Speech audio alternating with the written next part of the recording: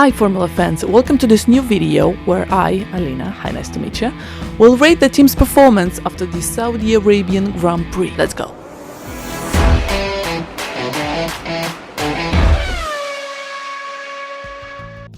So the Saudi Arabian Grand Prix race weekend has come to an end, in a very confusing way though.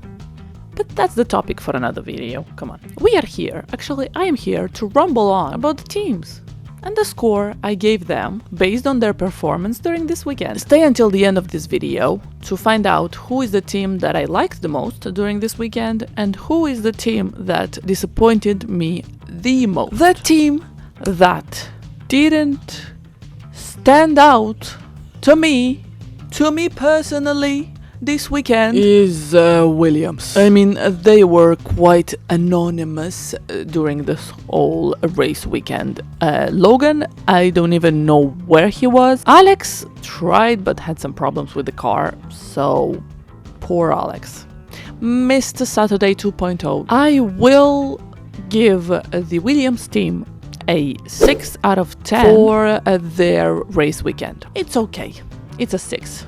Let's go on with, I have a good list here, with another team that I just lose on the track, you know? It's AlphaTauri. I mean, for a team that has the potential of, I don't say Red Bull because it's not, but it's a Red Bull relative. For being a Red Bull relative, this team is actually very not there. I wouldn't say anonymous because it's not like the Williams. You know, Williams, you were expecting to see them in a good place by now. But from AlphaTauri, you do not expect, or I do not expect to see them down there. I genuinely do not remember what they did this weekend. Were they even there? Like, were they racing? Did somebody see them racing? I have no memory whatsoever of them racing. My memory sucks, that's true, but where were you, AlphaTauri? I personally decided to give you a 5 out of 10. You were there, but you weren't there. Like, there. Hoping to see better results in Albert Park, in Australia. Alfa Romeo. What the hell happened to Bottas? What the hell happened to Guan Yu Zhou and to Valtteri Bottas? Bottas was 18th out of 18 drivers, and Zhou was 13th. Why? Where? When? The pace was there. I saw it in quali. The pace was there. What the freak happened to the car?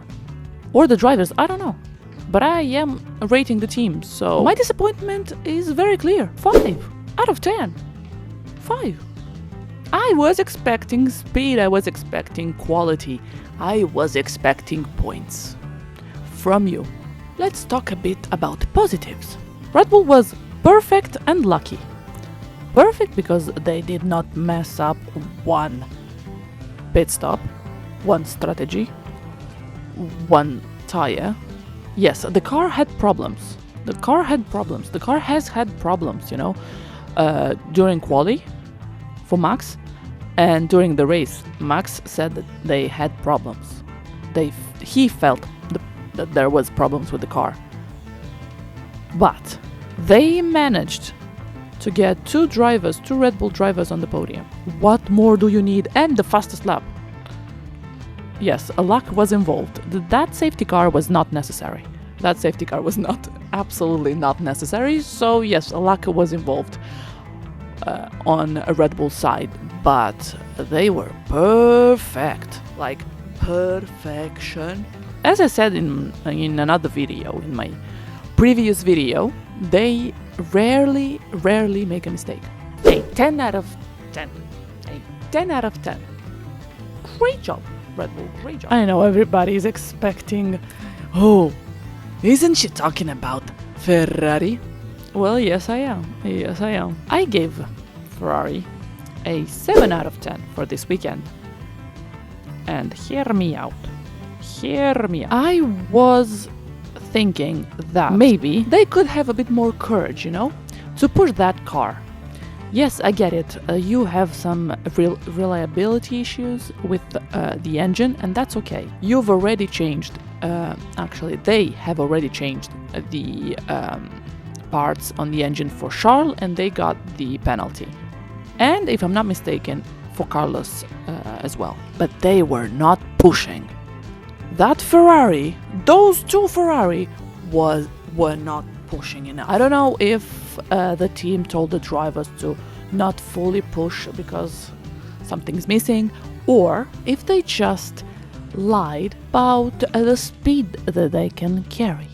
Because that was not a speed for a champion, and that was heartbreaking. Charles tried. He did a decent race, he tried his best. He got, let's say, near Carlos, but that was it. They could do more. The Italian pride. Come on. I'm from Italy, I'm saying that because I'm from Italy. Let's talk a bit about another anonymous team. Yes. And it is Alpine. Where is Alpine? I've seen some pink on the track, but I haven't seen anything more. I mean, yes, they were there. I saw them. Everybody saw them. It's hard to miss a pink car. Yes, they got like 2 or 3 points. Or 4, I don't remember. Not much to say. I mean, they were anonymous. They were pretty anonymous. But you know what? They had points. That's what matters. They had points. And in quality, they were decent. So, I gave them a 7 out of 10. Am I right? Am I wrong? I don't care. Rates are personal, and these are my personal ratings for the teams. The next team I will talk about is the most controversial team of the weekend. This team is, of course, Aston Martin. I was ready to see Mr. Fernando Alonso on the first step of the podium. I was ready. I loved the way he attacked on the first corner. Come on, that was chef's kiss. That was brilliant. You know what? I gave them an 8 because Mr. Stroll had problems with his car and he had to stop in the middle of the race. That is not good. That is not a 10 out of 10 team. Red Bull was a 10 out of 10 team because they don't do these things. Even with a half broken car, they go. So it was not a 9 because a 9 would be with Stroll as well, maybe. And I still want to see Fernando Alonso on the first step of the podium, and I want him to win the championship. You too want Alonso to win the championship? You just need to admit it. I know that. If you want to see me heartbroken, like purely, truly heartbroken, it's now. I am not crying right now. I am not. It hurts me a lot as a McLaren fan to give my favorite team on the grid a 3 out of 10. What in the name of Silverstone circuit is going on in there? The car, okay, they had an unfortunate incident with Oscar and was it Pierre? I think it was Pierre, but okay. And Lando had to carry on the consequences, and that's okay. But the car is not there. The car has not the speed. The car, yes, maybe they can hope to get in Q2 in a qualifying session, but that's it. Mr. Zach, what is going on in there? Mr. Zach, come on. You got all those sponsors in for what? Just beauty? Just stickers on the car? That doesn't work? Okay.